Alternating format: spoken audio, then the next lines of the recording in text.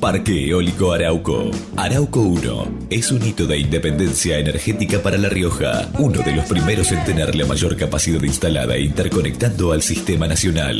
Un cambio de paradigma en el desarrollo de la provincia, representando la confianza en la industria local y la convicción hacia un desarrollo sustentable.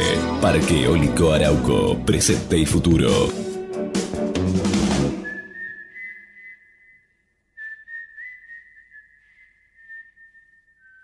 Auspicia Aeropuertos Argentina 2000. MEOP, ART Mutual. La primera ART de los trabajadores con el respaldo de petroleros privados. 0800-333-2782. MEOP, ART Mutual. Comprometidos con la prevención y la calidad de vida de los trabajadores. En Edenor valoramos la energía, por eso invertimos 17.000 millones de pesos en los últimos 2 años y redujimos 25% los cortes. Con más obras en tu barrio, seguimos mejorando la calidad de servicio. Tu energía avanza. Edenor. En Pan American Energy sabemos que trabajar para generar energía no es fácil. Por eso invertimos, nos preparamos y planificamos. Porque hacer las cosas bien es la mejor manera de hacerlas. El teatro hace bien, el teatro hace bien, el teatro hace bien. No te quedes con las ganas. Estudia teatro en Timbre 4. Abierta la inscripción 2018. Niños, adolescentes y adultos. www.timbre4.com. Dirección Claudio Tolcachir.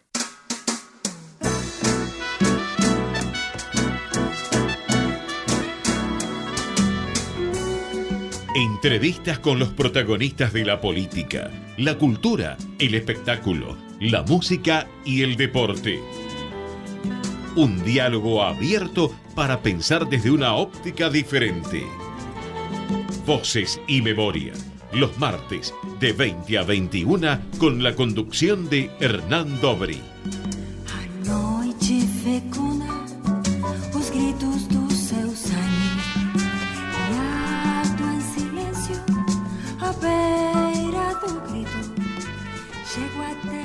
Buenas noches, bienvenidos a una nueva emisión de Voces y Memorias. En el programa de hoy nos acompaña un periodista, Marjan. Estudió en la escuela Cangallo Yule y en la Tanquesan. A su vez, cursó en la Escuela de Bellas Artes Manuel Belgrano. A los 19 años, junto con Antonio Berli, Luis Felipe Noé, Fermín Eguía, Diana Noue y Carpani, entre otros, fundó el Sindicato Único de Artistas Plásticos. Fue militante del Partido Comunista Revolucionario, PCR, abrió una galería de arte y publicaba una revista cultural llamada Arte Múltiple. A su vez, editó el libro Arte Argentino Contemporáneo. Luego fundó la revista El Porteño, que contaba con el suplemento Cerdos y Peces, dirigido por Enrique Sin. Entre 1987 y 1993 se fue a vivir a Formosa con los QUAM, donde dirigió un proyecto de protección de fauna para evitar la depredación del caimán. Condujo el programa No Hacemos Falta con Ton Lupo, Cristian Boyanowski, Adriana Amado, Eduardo Anguita y Jorge Rulli, entre otros. Fundó el portal plazademayo.com, fue columnista de la revista Eñe, del diario La Nación, del programa de Jorge Lanata en Radio Mitre y Canal 13, también de Intratables, y actualmente también está en A24 junto a Babi Echecopar. Publicó varios libros, entre los que se encuentran La Ley bajo los escombros, Fermín Eguía, obras 1965-2005, El pequeño Timerman, Doble Agente y Al calor del monte. Hoy nos visita en Voces y Memorias Gabriel Levinas. Muchísimas gracias por acompañarnos. Gracias por invitarme. ¿Cómo qué te definís? Porque tenés tus dos vetas. Tu época dedicada más que nada al arte y tu época de periodista hasta la actualidad. ¿Cómo qué te gusta definirte a vos? La primera pregunta no va a poder ser respondida porque no me interesa definirme ni me gusta definirme. La verdad es que vos sabés que las definiciones te limitan. Entonces prefiero nada. Soy lo que voy haciendo cada vez y no...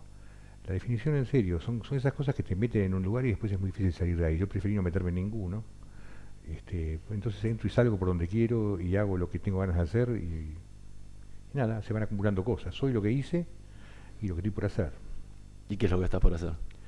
Ahora estoy armando un libro a largo plazo que va a tardar más, que tiene que ver con historias que me tocaron vivir a lo largo del tiempo, que he tenido la fortuna de conocer gente increíble, estar en lugares muy raros y en situaciones complicadas y maravillosas.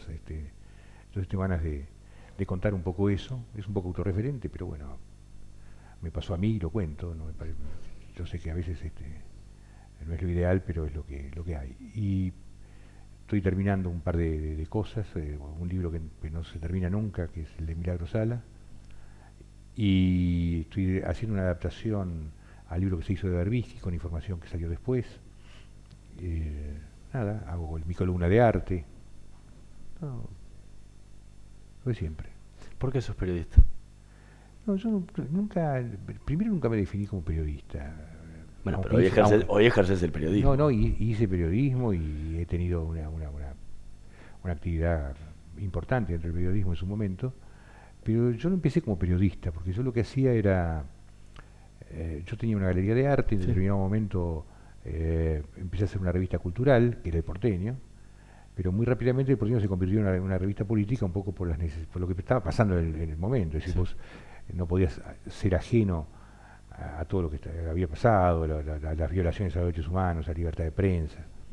Entonces muy rápidamente, si querías hacer las cosas bien, tenías que tocar eso.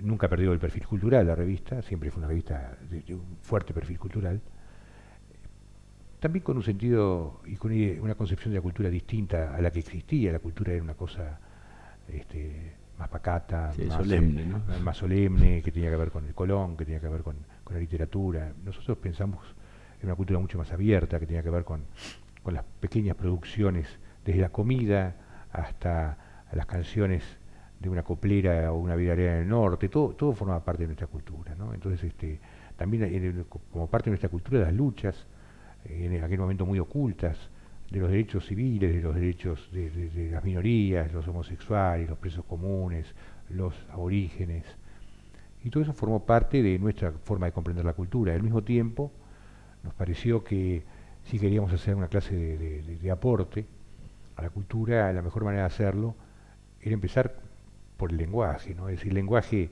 normalmente de los sociólogos, de los politólogos, de los psicólogos, de todos los zoólogos que habían, eran también lenguajes de poder, tenían terminologías, formas de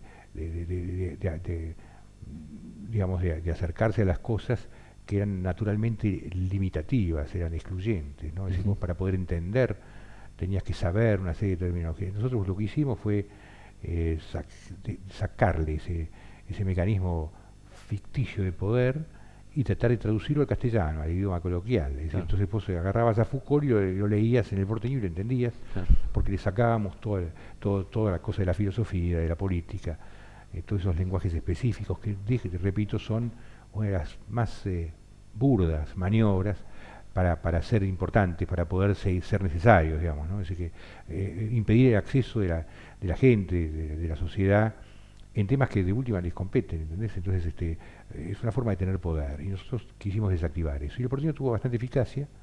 Tuve dos maestros excepcionales en ese punto, que eran Jorge Di Paola y Miguel Briante, y todo era coloquial, todo se leía y se entendía en lenguaje más coloquial. Teníamos a veces tipos más complejos como Gruner o como Aníbal Ford y demás, que seguían manteniendo y les costaba desembarazarse de ese lenguaje de poder, pero creo que lo logramos y hicimos una modificación. Y la modificación que en su momento el Porteño produjo en el periodismo y en la comunicación tenía que ver con eso, por un lado, y por otro lado con una novedad que parece increíble, que una sociedad que luchó por la democracia y después, una vez ya en esa democracia incipiente, débil, que nos tocó transitar, que no sigue siendo mucho más fuerte hoy, pero estamos más acostumbrados. Tiene menos riesgo que en esos años. Tenemos más tiempo, entonces ya estamos habituados a manejarnos con ella. Entonces me pareció importante que la revista tenga algo que te vuelvo a repetir, no existía, era que en el mismo medio convivan opiniones enteramente distintas. Tal fue la incapacidad de la sociedad de absorber eso, que si vos peleabas por los derechos humanos, automáticamente parecía ser un tipo de izquierda. Y no es que la revista, digamos que los que estábamos dentro de la revista éramos seguramente de izquierda, pero la revista, si vos la lees y la analizás con las categorías políticas habituales, tradicionales, te te vas a dar cuenta que no es una revista, en todo caso es una revista liberal. Ahí podían convivir tipos que pensaban distintos, podían tener opiniones controversiales. Me acuerdo que los derechos humanos, que siempre fue un tema fundamental, primero porque faltaban los derechos humanos, había que luchar por ellos, pero además porque no se concibe la democracia sin derechos humanos. Entonces, pero los derechos humanos entendidos no desde el punto de vista de la política solamente, es decir, como en aquel momento los derechos humanos hablaban, toda la temática eran los desaparecidos. Sí, los desaparecidos, sí. La tortura, la represión. Bueno, pero vos le metiste mucho el tema de los cuom. Por eso, pero no solamente eso, sino que te vuelvo a repetir, la homosexualidad, la libertad, el feminismo, un montón de cosas que en aquel momento no existían. Incluso eso te llevó a algunos problemas internos, ¿no? Porque las madres de Plaza de Mayo no querían seguir con su columna. No, la madre de Plaza de Mayo de Bonafini un día me vino a ver y me dijo que si no sacaba textual, si no sacaba los putos de la revista, ella retiraba su columna. Y yo le dije, mira, yo nací en el 11, yo sé sumar, no sé restar, si vos querés irte, andate, pero yo no voy a sacar a nadie. Y se fue ella. Es decir, las columnas de las madres se fueron porque no querían que esté la columna de los homosexuales, porque decía que la comunidad homosexual, y había otro más que tenía la página gay que se llamaba Gumier Meir, no querían que en la revista convivan estas cosas porque pensaban que eso desprestigiaba su lucha por los derechos humanos, lo que era una cosa tan absurda. Era como decir que luchar por los derechos humanos desprestigia la lucha por los derechos humanos. Bueno, porque justamente ella ya estaba abrigando un poco el germen de lo que después terminó haciendo, que es reivindicar la lucha de sus hijos, cosa que ella tiene derecho a hacerlo, pero no en nombre de los derechos humanos. Es decir, vos no podés reivindicar la lucha de un tipo que le quita la libertad a otro porque piensa que tiene derecho a hacerlo, porque cree que su posición política lo justifica el asesinato, la bomba, la muerte. ¿Entendés? Entiendo que los defienda porque nadie tiene que ir preso sin juicio, nadie puede ser juzgado por un militar con una pistola en la mano, pero de ahí a que vos para luchar por ellos termines justificando el accionar de pibes que realmente metieron la pata, por decirlo de una manera elíptica, es una gran cosa, es una gran diferencia. Y bueno, y te fijas lo que pasó al final del camino, Bonafini involucrada en hechos de corrupción, atacando a la prensa, diciendo cualquier barbaridad, haciendo casa de brujas, ¿no? Bueno, el porteño de alguna manera también sufrió eso, en el sentido de que adentro del porteño había un montón de gente que pensaba bastante como Eve, ¿no? Y que hoy son página 12, ponele, ¿no? Sí. Blaustein, Tiefenberg, todos estos tipos que en realidad empezaron conmigo y que demostraron no entender nada de lo que se trata la política en serio y de qué se trata la vida, de qué se trata la libertad. Usan la democracia como mecanismo de protección cuando los tienen que meter presos por la caga que se mandaron, pero después no tienen ningún problema en cagarse en la democracia para llevar adelante su política. No interesa si robaste, no interesa decir, no hay ningún límite para lo que vos pensás. Si lo escuchaste a Mempo Giardinelli diciendo que no estuvo mal lo que dijo David Brieva, lo escuchaste a Mempo, el mismo Mempo, decir que el poder judicial tendría que ser subordinado al poder político. Entonces te das cuenta que no entendieron nada. No entendieron nada significa que no entendieron el costo que puede tener para la sociedad cuando los mecanismos que tiene la democracia para defenderse de los abusos del poder son destruidos, son maniatados. ¿Y en qué se termina? Nunca, jamás en la historia de la humanidad eso terminó bien. No hay un solo caso donde eso haya terminado bien. Entonces, que todavía esta gente, que son intelectuales, gente que tiene información, pasen de alto eso, ¿no? Me hace acordar, hace muchos años Sartre viajó a la Unión Soviética y todos los intelectuales franceses estaban pendientes de qué es lo que iba a contar Sartre cuando vuelva de la Unión Soviética. Y ahí se armó una discusión entre Raymond Aron y Sartre. Sartre obviamente representaba a la izquierda, al comunismo y demás, de Francia, que no era obviamente de la Unión Soviética, eso no hubiese podido funcionar. Y cuando vuelve, él cuenta una historia totalmente edulcorada de lo que realmente pasaba en la Unión Soviética. Se olvidó del Gulag, se olvidó de Siberia, se olvidó de las purgas de Stalin.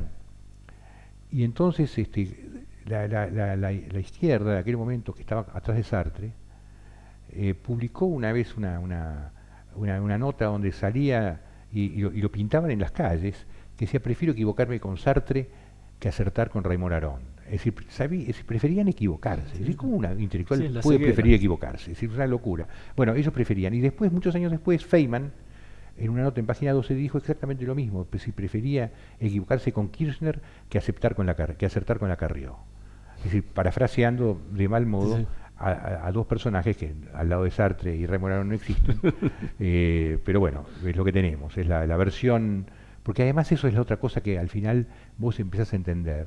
La falta de creatividad y la falta de pensamiento propio de los intelectuales en Argentina han sido tan grande, que por supuesto y naturalmente terminan derivando en estas cosas, ¿no? Es decir, cuando vos no tenés pensamiento propio tenés que agarrar el ajeno, y el ajeno que más te conviene es aquel que te da la chance de poder conseguir lo que es el estado preferido. Si alguna vez, es decir, yo me acuerdo de todos estos intelectuales que no tenían nunca dónde quedarse muerto, cosa que me parece normal en un intelectual, pasa mucho, me pasó a mí tantas veces, y de repente los tipos entran a tener su auto, para poder comprarse su casa y un montón de cosas, y no quieren perder eso. Entonces, para no perderlo, eso está directamente ligado a todo el sistema de corrupción que hubo de los medios de comunicación en la época de Kirchner, que sostenía, y lo dijo, se lo dijo a Julio Bárbaro, a Puerta, a varios amigos míos se lo contó, ¿no? De que los intelectuales y la cultura te dan fueros. Es decir, vos pagando eso y los derechos humanos, vos tenés fueros. Vos, una vez que los tenés comprados, vos puedes hacer lo que se te canta el culo. Y él lo hizo. Vos fijate que llegó al poder, a ser presidente de la Nación, un tipo que ya se sabía, y todos sabíamos, que se había robado todos los fondos de Santa Cruz, que se había robado cerca de 600 millones de dólares y lo había mandado a una cuenta privada en Suiza, ¿no? Encontrar a la vuelta que para hacer política hay que robar, que si no robas un poco no puedes hacer política, entonces las grandes corporaciones que siempre tienen maguita te cagan. Una locura, es decir, vos podés robar para poder justificar. Bueno, terminaron justificando tanto que hoy justifican cualquier cosa, ¿entendés? Se justifican inclusive que un tipo que se la pasó 15 días antes de ser nombrado presidente por la faraona, termina decía cosas increíbles de Cristina. Si vos escuchás las cosas que decía, y sin embargo no hubo ningún problema en aceptarlo. Es decir, ¿por qué? Porque el verticalismo es eso, el verticalismo es aceptar. Es cualquier cosa que te digan, vos tenés que decir que sí y salís a defenderla como si fueses un creyente, donde el capo de la iglesia te dice que fue un milagro y tenés que aceptarlo así, vas y lo aceptás. Bueno, esto es lo que pasa en Argentina. Lamentablemente no va a terminar buen fin, esto va a terminar mal, no puede terminar bien. Estamos conversando con Gabriel Levinas. Vamos a escuchar el primer tema que eligió para esta noche de Voces y Memorias, Llevé, del grupo SAS.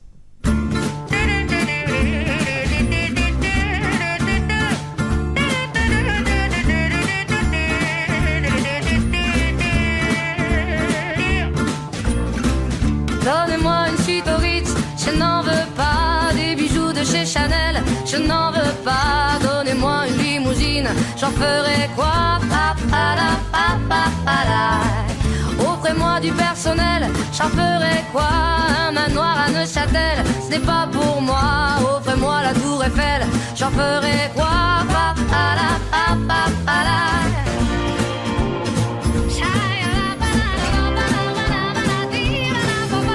Je veux de l'amour, de la joie, de la bonne humeur. Ce n'est pas votre argent qui fera mon bonheur. Moi je veux crever, la main sur le cœur.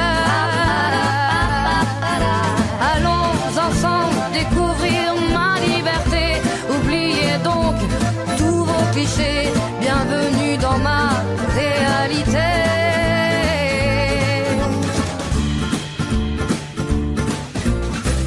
J'en ai marre de vos bonnes manières, c'est trop pour moi. Moi je mange avec les mains et je suis comme ça. Je parle fort et je suis franche, excusez-moi.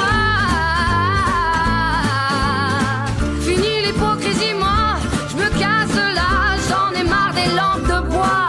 Regardez-moi, de toute manière je vous en veux pas. Et je suis comme ça. Je suis comme ça. Je veux de l'amour, de la joie, de la bonne humeur. Ce n'est pas votre argent qui fera mon bonheur. Moi je veux crever, la main sur le cœur. Allons ensemble découvrir ma liberté. Oubliez donc tous vos clichés, bienvenue dans ma réalité.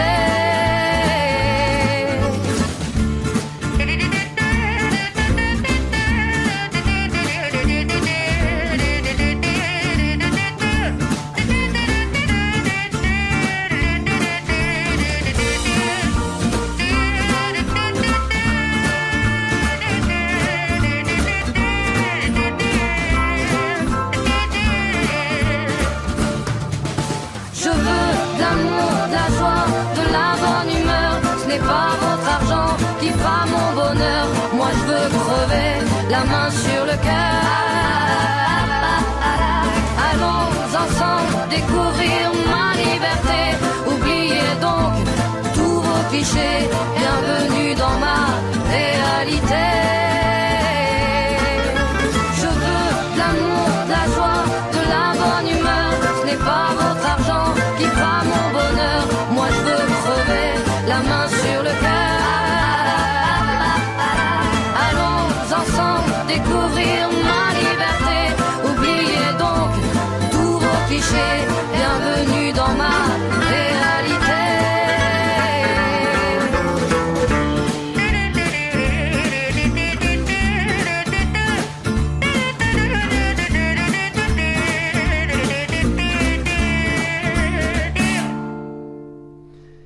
Era Je vais de Sass, temas que eligió Gabriel Levinas para esta noche de Voces y Memorias. Te iba a preguntar, ¿por qué este tema? Me encantó cuando la vi en la calle y después me pareció increíble cuando la vi me pareció maravillosa y pensé que esta mujer algún día iba a ser famosa y efectivamente fue famosa. Pero yo nada, la vi ahí. En París, me imagino. Sí, le tiré unos mangos el sombrero y nada, me fui. Pero y la vi 2 veces, y después la vine a ver acá cuando ella era famosa. Pero me pareció increíble lo que hacía con el peine, tocaba, una tipa que tenía la música a flor de piel, ¿no? Era una mujer con una energía increíble. Recién hablábamos del porteño y de los comienzos del porteño. Venías de un sector totalmente diferente del periodismo, sí. Después terminaste metido en el periodismo. ¿Qué te gustó? No, diríamos, no fue lo que te gustó para quedarte, digo, porque podría haber sido una experiencia de portero y después no volver más. Me gustó un tiempo y después cuando vi cómo venía todo me fui a la mierda porque no me gustó más. Es decir, porque me pareció que la gente con la que yo trabajaba y la gente que me leía habían armado una especie de porteño que no era el mío, ¿no? Es decir, que no te podías salir de ese pensamiento aburguesado del cisco bolche de la época. Y que cualquier cosa, no, pero vos fíjate cuando nosotros metemos a Sims en la revista, Sims era un capo, una especie de Burroughs argentino, ya muchos no querían estar en la revista porque estaba Sims. Entonces por eso es que tuve que hacer el suplemento Cerros y Peces para que no contamine a los caretas de la revista. Es decir, yo tenía problemas cuando fue la guerra de las Malvinas, por ejemplo. Yo quería salir en contra de la guerra. Pero no porque no me parezca que las Malvinas eran argentinas o esas cosas. No, sino por la locura que significa la guerra. Sí, por la locura que significa la guerra de la mano de los represores hijos de puta. Si yo con esos tipos no quería ir ni a la esquina, mucho menos a una guerra. ¿Cómo te van a cuidar los tipos que te mataron? ¿Cómo vas a ir con ellos? Que además les chupaba un huevo. Era simplemente desviar la atención hacia afuera porque ya no podían resolver los problemas económicos que ellos mismos habían creado. Y en ese momento casi se cierra la revista porque nadie quería salir en contra. Solamente la fotógrafa y el diseñador gráfico, Alfredo Baldo, éramos los únicos que estábamos en contra de la guerra, y Dipi, más o menos. Después todo brillante, todos estaban con la guerra, que no puede salir en contra. Entonces tuvimos que negociar que la nota principal era una nota a Pérez Esquivel, Premio Nobel de la Paz, que era, bueno, simbólicamente bien claro. La nota central era el Premio Nobel de la Paz.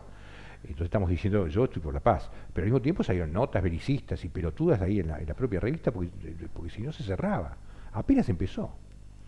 Entonces había toda una cosa del periodismo que todavía existe, corporativa, del lugar común, de la falta de ideas propias, ¿entendés? Que hacía que era muy difícil pelear contra eso.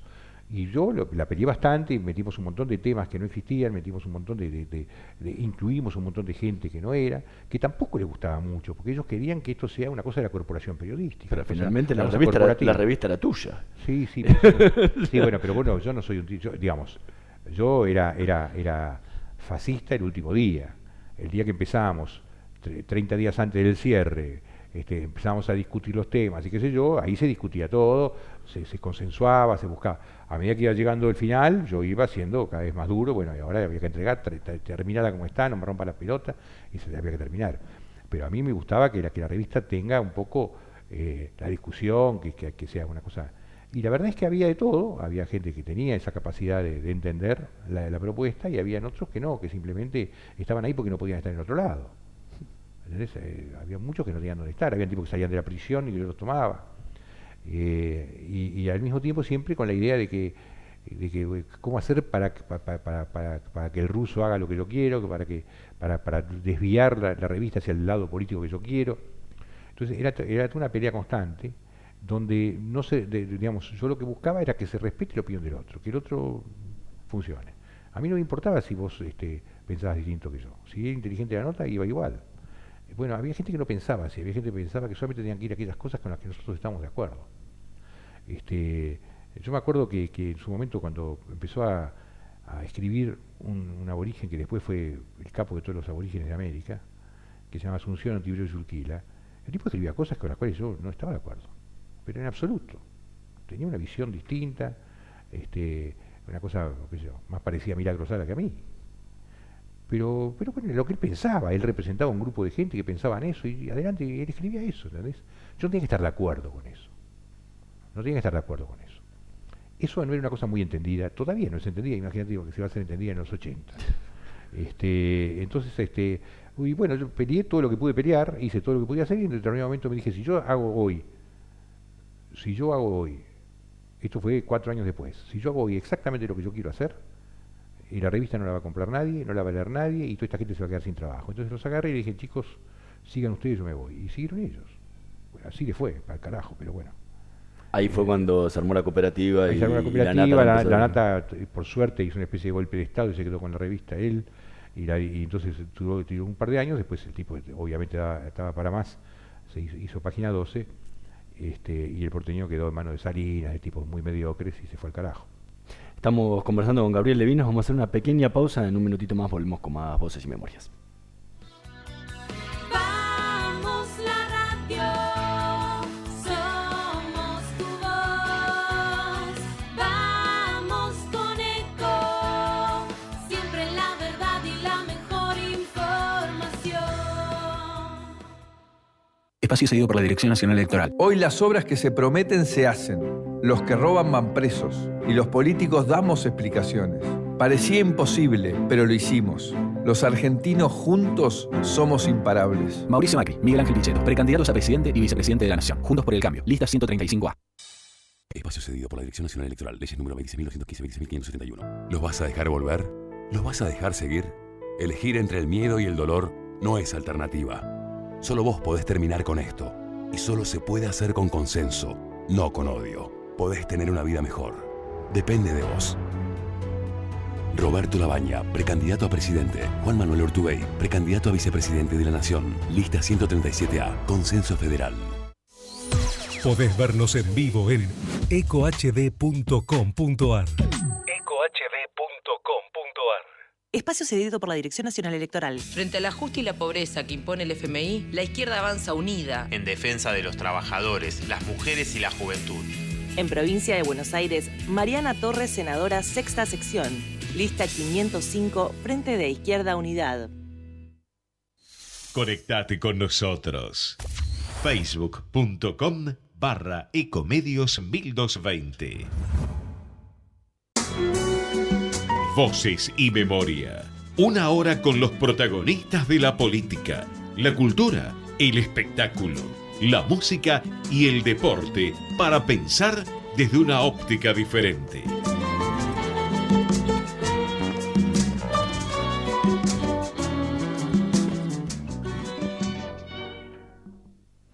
Seguimos con más Voces y Memorias, nos acompaña Gabriel Levinas.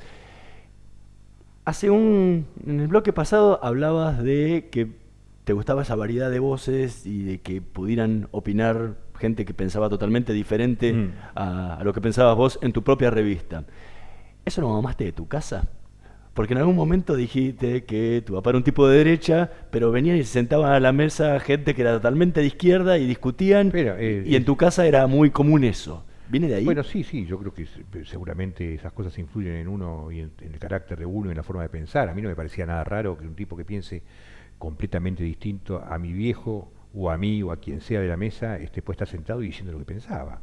Discutíamos, nos reíamos, nos acalorábamos, pero no era nunca, a nadie se le ocurriría que se iba a tener que levantar de la mesa o que yo no le iba a volver a invitar porque pensaba distinto, era lo normal, porque además, es decir, cuando vos eliminás al otro, no hay nada más, digamos, la certeza de tu inseguridad es el hecho que vos tengas que eliminar al tipo que piensa distinto a vos. Es decir, cuando vos estás seguro de lo que estás pensando, estás tranquilo con lo que vos sabés y pensás que tenés razón, que el otro puede pensar lo que quiera. Cuando vos lo ocultás, cuando vos no tenés fe en tus propias convicciones, ¿no? Entonces, me parece que es un síntoma de debilidad no poder sentarse en la... Yo me puse en la mesa a discutir con cualquiera, me da igual.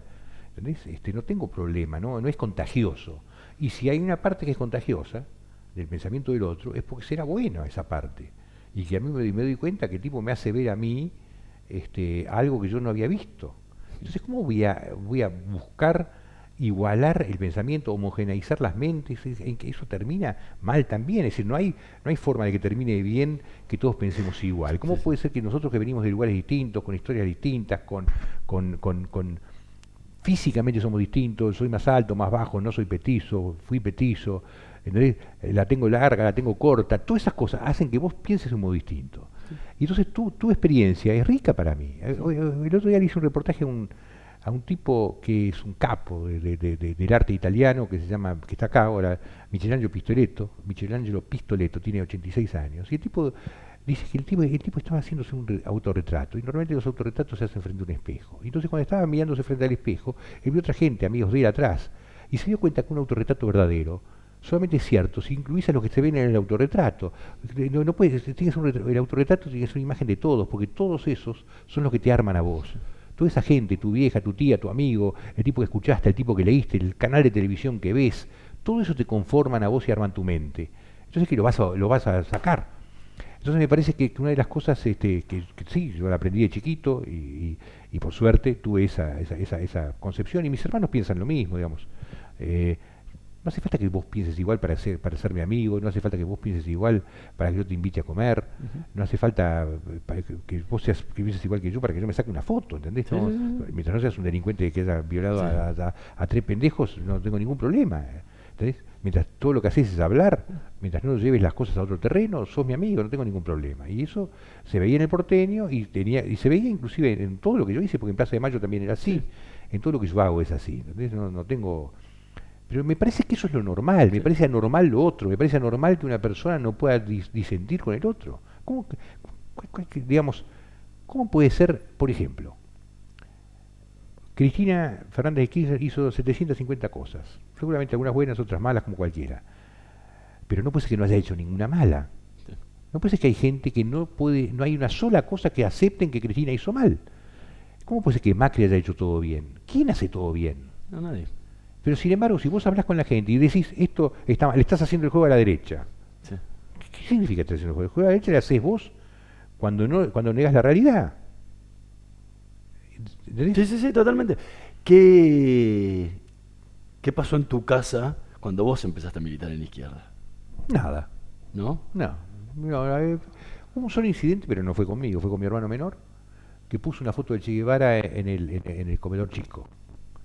Y entonces papá le dijo, sacala de ahí. Y él no la sacó, sacala de ahí. No. Entonces le dice, mirá, en tu pieza ponete las fotos que quieras, pero acá es la casa de la parte de todo, acá no. Me estás imponiendo algo que no es Y no la sacó, entonces papá agarró, la sacó y se la puso en la pieza. Y hubo un tumulto. Parecía una cosa casi violenta por parte de papá. Pero tenía razón. Yo le di razón al papá. Es decir, yo en mi pieza tenía lo que se me cantaba el culo, pero yo no tenía por qué obligar a mi viejo a convivir con algo que a él no le interesaba convivir. Entonces, una cosa es que yo le invite a Che Guevara a comer, papá hubiese estado contento de estar comiendo con el Che Guevara. De hecho, había tipos muy parecidos a Che Guevara, sin ser tan conocidos, que habían venido a casa a comer. Eso no era un problema. Pero lo que yo no puedo imponer es cambiar la decoración de la casa de acuerdo a mi criterio. Cuando casate, tenés tu familia, andate a vivir solo y poné lo que vos quieras, pero mientras tanto te dejo la pieza como el reducto para tu pensamiento y tu forma de hacer, pero no me contamines a mí. En muchos reportajes, incluso en algún libro, hablas siempre de la influencia del legado de tu papá. Sí. ¿Y de tu mamá qué tenés? Yo creo que mi vieja tuvo una influencia, yo te diría, más emocional que intelectual, ¿no? Uh-huh. Y al mismo tiempo tuvo mucho que ver con mi amor por el arte, ¿no? Es decir, que ella era una mujer que pintaba, que le gustaba tenía buen gusto para la comida, tenía buen gusto para la ropa, en casa había porcelanas, habían cosas, todo eso te va. Cuando un chico vive en una casa donde hay cuadros colgados en la pared, no importa si son buenos o malos, pero el cuadro siempre es una cosa que un chico o a un pendejo lo mira y la imaginación le vuela y empieza a ver en el cuadro cosas que no están, pero que forman parte de tu imaginación. Entonces todo eso genera una predisposición hacia el arte, y hacia que te guste. Y mis hijos, que vivieron siempre alrededor de obras de arte, son tipos que vos los llevas a cualquier exposición y te dicen si es bueno o es malo lo que está viendo, y en general no se equivocan, porque han vivido, mamado eso sin que yo les explique nada. No es que yo me sentaba con ellos una vez por semana y les hablaba de teoría del arte, no, pero simplemente por haber convivido con eso. Entonces yo creo que mi vieja me mandó más por ese canal, por abajo, digamos, por la sensibilidad, por la piel. En cambio mi viejo no, mi viejo era un tipo que usaba mucho la metáfora, las paradojas, los aforismos, y te enseñaba a pensar. Y además, como él había sido miembro del Tribunal de Ética de la AMIA en su momento, él a veces los lunes, cuando volvía de las reuniones donde tenían que tratar algún problema legal, por llamarlo de alguna manera, entre dos paisanos que tenían alguna clase de conflicto, él te contaba, por ejemplo, estuvo Juancito, si yo lo conocía, pero entonces ya no te decía cuál era el problema. O no te contaba quién era y te contaba cuál era el problema para que nosotros tomemos alguna clase de posición, qué es lo que habría que hacer, ¿no? Y lo ayudábamos a él a pensar, y él nos ayudaba a nosotros a empezar a pensar en la ética, en determinado tipo de valores que tenían que ver con el Talmud, con un montón de cosas más. Entonces, indudablemente la cabeza en esa parte la manejaba papá y en la otra parte la manejaba mamá, pero eran como dos terrenos muy diferenciados claramente, que en aquel momento nosotros nos lo vivíamos así, pero hoy a la distancia claramente fue así, ¿no? Terminaste siguiendo el camino que te había marcado tu mamá, porque terminaste metido en el arte. En un principio terminaste en el arte. Sí, pero los dos, porque aún en la forma de tratar el arte está incluido mi papá, y en la forma de tratar la política está incluida mi mamá, digamos, ¿no? La sensibilidad, todas esas cosas están siempre presentes, ¿no? Estuviste muy ligado siempre a todo lo que tenía que ver con galerías de arte. ¿En algún momento pensaste en dedicarte al arte vos como artista? Sí, en su momento sí, fue así. Cuando empezaste me imino, pero... No, es que inclusive cuando empecé con la galería de arte era porque había un montón de artistas que trabajaban conmigo, eran miembros del mismo grupo que yo, que habíamos estudiado juntos o que nos conocíamos de la facultad, de la escuela, o con los cuales o de premios habíamos participado. Y en determinado momento me di cuenta que no había ningún destino para ese tipo de arte en Argentina. Entonces ahí hice la galería de arte para que esos artistas tengan donde exponer y donde mostrar su obra. Entonces, como naturalmente...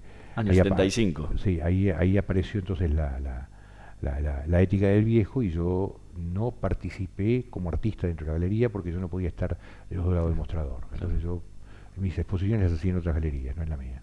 ¿Y seguís? A veces hago algo, sí, pero muy poco. La verdad es que no. Porque además el arte te sirve para es disruptivo, es modificador, tiene que alterar la realidad, y eso yo lo hago de otro modo. Pero siento que muchas de las cosas que yo he hecho, por ejemplo, el libro de Berbisky para mí es una obra de arte. Haber agarrado el tipo más intocable de la Argentina, que todo el mundo está cagado en las patas, jueces, políticos, policías, represores, todo el mundo le tiene terror, y haberlo hecho de goma me parece una obra de arte. ¿Y qué tipo de arte te gustaba hacer? No sé si el tipo no te preguntaba al estilo Cira moderno, sino que era más por la pintura, escultura. A mí me gusta siempre me gustó la pintura, pero me gustó también que haya atrás de eso, si es posible, algo, es decir, que vos puedas ir más allá de simplemente el solaz o el placer estético de una obra. me parece que no alcanza. Me parece que la obra de arte está para otra cosa. La obra de arte está para modificar la realidad. Entonces, para modificar la realidad, tenés que meterte en cosas distintas, ¿no? Pero eso se hace desde cualquier lado. La puedes hacer desde un programa de televisión, puedes hacerlo con un libro, lo puedes hacer con una obra de arte en la calle, con una palabra, ¿entendés? Sí. Podés modificar todo. Si yo era amigo de Peralta Ramos, que prácticamente no hacía obras de arte en el sentido tradicional, pero él decía frases, decía cosas que eran disruptivas. Tato Bores lo entendió y por eso lo ponía en su programa. Era un tipo que era capaz de modificar con la palabra, ¿entendés? Y al momento de estar trabajando, los momentos que trabajabas en una obra de arte, ¿qué era lo que sentías vos? Una obsesión pelotuda que no sabía sacármela de encima. Es decir, era como que de repente me metía, que tenía que estar más prolijo esto, que tenía que estar mejor lo otro, y se perdía un poco a veces el objetivo de la historia, ¿no? Es decir, que no estaba para mostrar mi capacidad para sacarle brillo a un auto, ¿entendés? Estaba para hacer autos, no para sacarles brillo. ¿Tenés esa misma obsesión cuando escribís? No. Cuando escribo no, me cuesta meter el orto y arriba de una silla y darle, pero no. Hay momentos donde las cosas se escriben solas, otras que tenés que hacerlas porque no te queda más remedio. No, pero digo esa obsesión porque esté perfecto. No, por la perfección no la tengo por suerte no la tengo con a lo mejor tendría que haberla tenido, pero no, nunca la tuve, no. Siempre en el periodismo y a veces inclusive cuando hice algún librito de otra clase, siempre está el tiempo, ¿no? El tiempo influye, si esto se termina, cosa que en el arte no lo tenés, salvo cuando haces exposiciones que tenés que entregarlo, pero si estás pintando y no tenés una exposición en vista, puedes estar 6 años con el mismo cuadro como un pelotudo. Entonces en el periodismo no, porque tenés que entregar fin de mes, o tenés que entregar la semana que viene. Hoy tuve que entregar una nota para Clarín, y tuve 6 horas para hacerla a la mañana, la hice, me levanté tempranísimo y la terminé, y seguramente la podía haber hecho 7 veces mejor, pero ya está, había que terminar. Entonces en la pintura no me sale tanto ese desprendimiento, digamos, ¿no? Estamos conversando con Gabriel Levinas. Vamos a escuchar el segundo tema que eligió para esta noche, Yolanda, de Omar Aportuondo y Aide Milanés.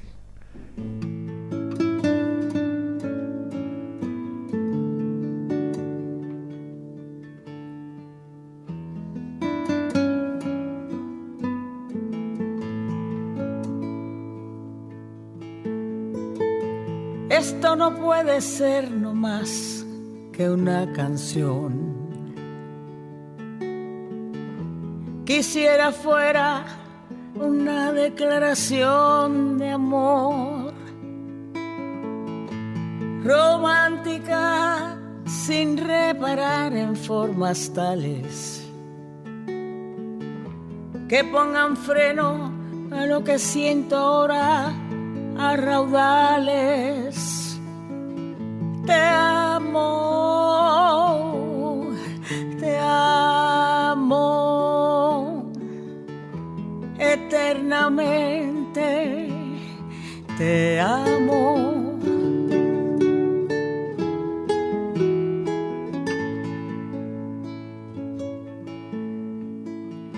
Si me faltaras no voy a morirme. Si he de morir, quiero que sea contigo. Mi soledad se siente acompañada. Por eso a veces sé que necesito tu mano,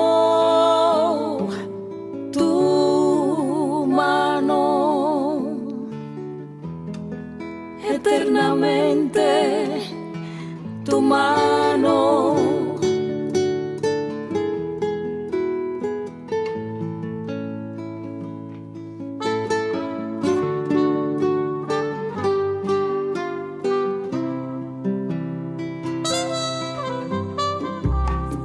Cuando te vi, sabía que era cierto. Este temor de hallarme descubierto. Tú me desnudas con 7 razones. Me abres el pecho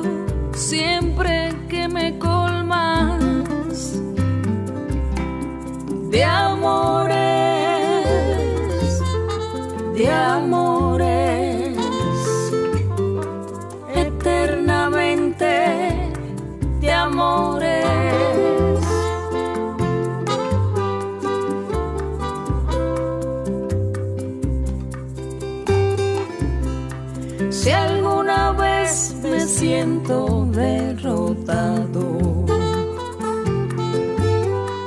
Renuncio a ver el sol cada mañana, rezando el credo que me has enseñado. Miro tu cara y digo en la ventana: Yolanda, Yolanda, eternamente Yolanda, Yolanda, eternamente Yolanda, eternamente Yolanda.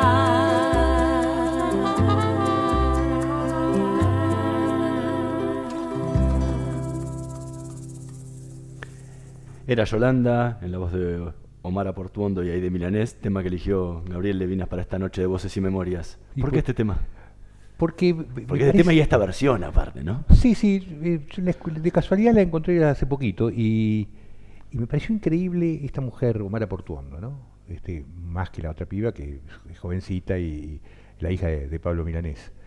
Me parece increíble porque es una mujer enormemente grande, en términos artísticos, pero además es una mujer muy grande, debe tener 80 y pico de años fácil. Y vos fíjate como ella, que camina apoyada por un bastón y demás, y aún así tiene una dulzura para cantar, y una forma de cantar tan increíble, ¿no? Y eso es lo bueno que tiene, por eso me gusta más el arte que el deporte, ¿no? Porque a los 30 en el deporte ya no servís para una mierda.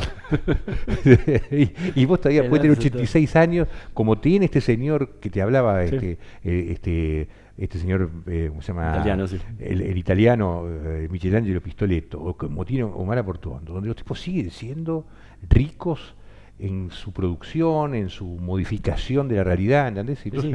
Nelly Omar cantaba hasta los 99 años. ¿Quién? Nelly Omar. Sí. Hasta los 99 años. Por eso, esas cosas me parece que son...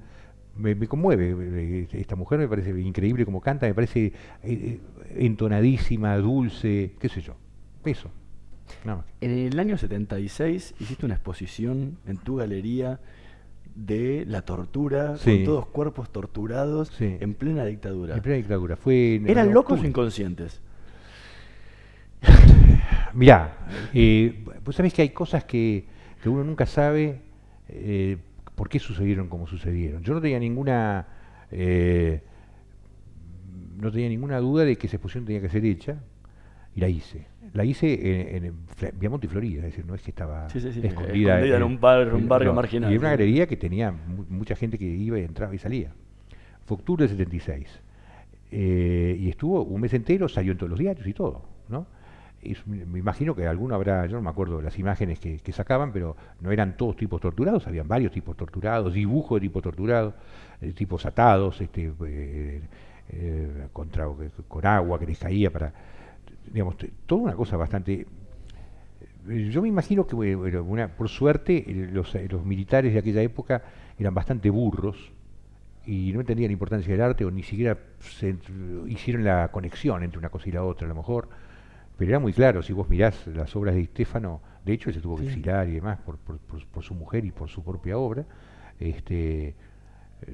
tiempo después se fueron a vivir a España, pero salió así, qué sé yo. La verdad es que todavía tengo los afiches y todo, y las imágenes de esa muestra.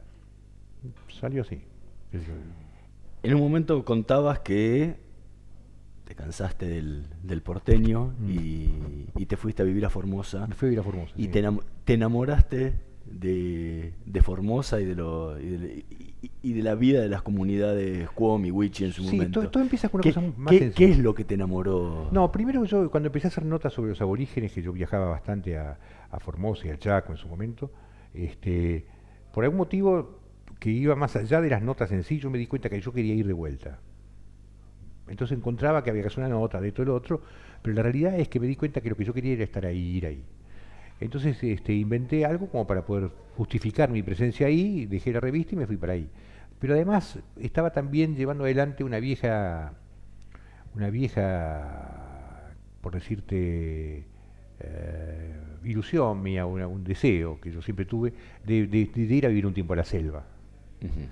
Y si bien no era enteramente una selva, porque sí era selva en algunos pedacitos del lugar de por ahí, cerquita ya no era selva, era lo que se llama selva en galería, que se hace como la selva en los lugares donde hay cerca el agua, entonces ahí se convierte en selva. En los lugares donde es más árido es un bosque subtropical seco, digamos, ¿no? Que es la mayoría del Chaco formoseño, chaqueño, santiagueño, salteño. Y nada, y lo hice, tenía ganas de estar ahí y estuve, y además fue muy útil para mí desde el punto de vista personal, me dio un montón de conocimientos y de cosas que yo no tenía, me confirmó en otras cosas que sí tenía, que tenía que ver con la forma de vivir el presente, ¿no? Que los aborígenes de ahí tienen, ellos no tienen pasado ni tienen futuro, entonces para ellos solamente cuenta el día de hoy, y están conectados con el día de hoy de una manera que nosotros nunca estamos conectados, ¿no? En el año 72 te diagnosticaron un cáncer. Sí. ¿Qué te pasó en la cabeza en ese momento? Bueno, eso fue Todavía no habías ni siquiera empezado la galería ni nada, no, eso ¿no? fue lo que me acercó a los indios, ¿no? Porque me dieron muy poco tiempo de vida, confirmado que me iba a morir en unos meses, y entonces lo único que me quedaba por hacer era tratar de vivir lo mejor posible. En vez de deprimirme como un pelotudo, tomé el otro camino, que era pasarla bien, conocer el mundo, hacer lo que otro tipo necesita 20 años para hacerlo en 6 meses, 7. Salí a dar una vuelta por el mundo, conocí un montón de lugares, me metí en un montón de asuntos, de historias, de quilombos. Viví muy intensamente ese tiempo, porque no había futuro, ¿no? Y en eso ahí empecé a pensar como un aborigen, ¿no? Es decir, que lo único que hay es hoy, lo único que tengo es hoy, y me sirvió para eso. Por eso es que me conecté tan rápido con ellos, por eso es que sentí que ahí estaba mi lugar también, ¿no? Y en realidad volví, no iba a volver, me iba a quedar para siempre ahí. Volví porque mis hijas estaban acá, no la estaban pasando tan bien, y yo estaba bien y ellas estaban mal, y ellas tampoco ahí tenían la posibilidad de estudiar. Sí, tampoco había la conexión que hay hoy de poder estar en contacto. No, es que aún si lo hubiere no es lo mismo, digamos. Sí. Son pibas que toda su vida vivieron en la ciudad, que tienen sus amigas, y qué sé yo, era cagarles la vida. Por ahí una de ellas hubiese aceptado, las otras no. Entonces me volví porque no la estaban pasando bien y volví, pero no es que volví porque estaba mal lo que hacía ni porque no me gustaba donde estaba, no, volví porque a lo mejor si me hubiese quedado ahí, Fran no era gobernador. ¿Te hubiera gustado? Que no sea gobernador, sí. No, ¿te hubiera gustado vos ser gobernador? No, yo soy más bien para arruinar la vida del otro, no para tomar a cargo yo el asunto. Gabriel Levinas, muchísimas gracias por habernos acompañado esta noche. Gracias a vos por invitarme. Nosotros nos vamos a reencontrar la próxima semana. En la operación técnica Javier Martínez y Gerardo Subirana. En la producción Martín Pereira Bubet. Nos vemos el próximo martes. Chau.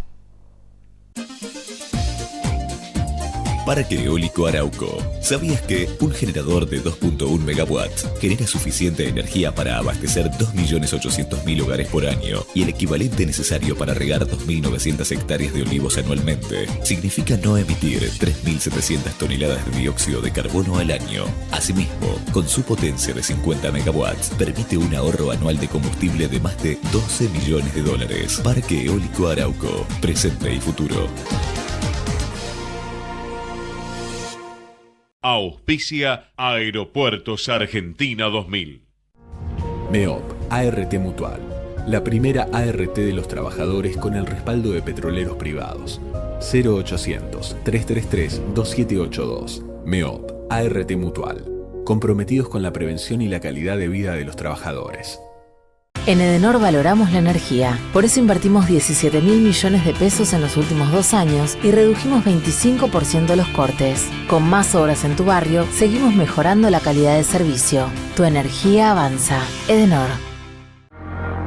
En Pan American Energy sabemos que trabajar para generar energía no es fácil. Por eso invertimos, nos preparamos y planificamos. Porque hacer las cosas bien es la mejor manera de hacerlas. El teatro hace bien, el teatro hace bien, el teatro hace bien. No te quedes con las ganas. Estudia teatro en Timbre 4. Abierta la inscripción 2018. Niños, adolescentes y adultos. www.timbre4.com. Dirección Claudio Tolcachir.